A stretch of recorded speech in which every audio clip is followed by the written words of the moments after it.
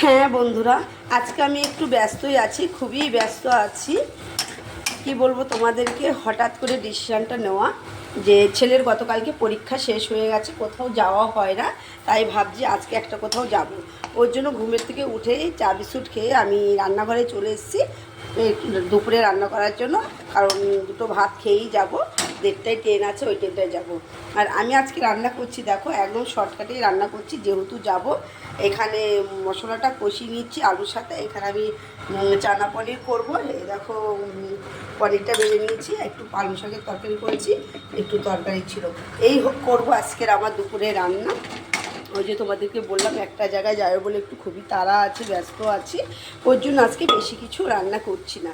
তা যাই হোক, শুভ দুপুর তোমাদেরকে। তোমরা সবাই ভালো থেকো, অনেক ভালো থেকো, অনেক ভালোবাসা রইল তোমাদের জন্য। আর এই তরকারিটা আমি তাড়াতাড়ি করে নিচ্ছি, কারণ আমি থাকবো না, যে হাজব্যান্ডের জন্য রাতে হাজব্যান্ড রুটি খাবে, ওর জন্য এই তরকারিটা করা। আর যাব যখন দুপুরের ট্রেনেই, ওর জন্য আর কি রান্নাটা করে নিয়েছি। হাজব্যান্ড বলছিল যে ঠিক আছে রান্নাটা করতে হবে না, আমি হোটেলে খেয়ে নেবো। তা আমার সবজিগুলো কাটা হয়ে গেছিলো, ওই যে তোমাদেরকে বললাম ডিসিশনটা হঠাৎ করে নেওয়া হয়েছে, ওর জন্যই আর কি এটুকুই আমি তাড়াহুড়ো করে রান্না করে নিলাম। ওই যে দেখিয়ে দিলাম তোমাদেরকে, এই দেখো, এর থেকে আর বেশি কিছু রান্না করছি না। যাই হোক, সবাই অনেক ভালো থেকো, সুস্থ থেকো, অনেক ভালোবাসা নেব তোমাদেরকে। টাটা।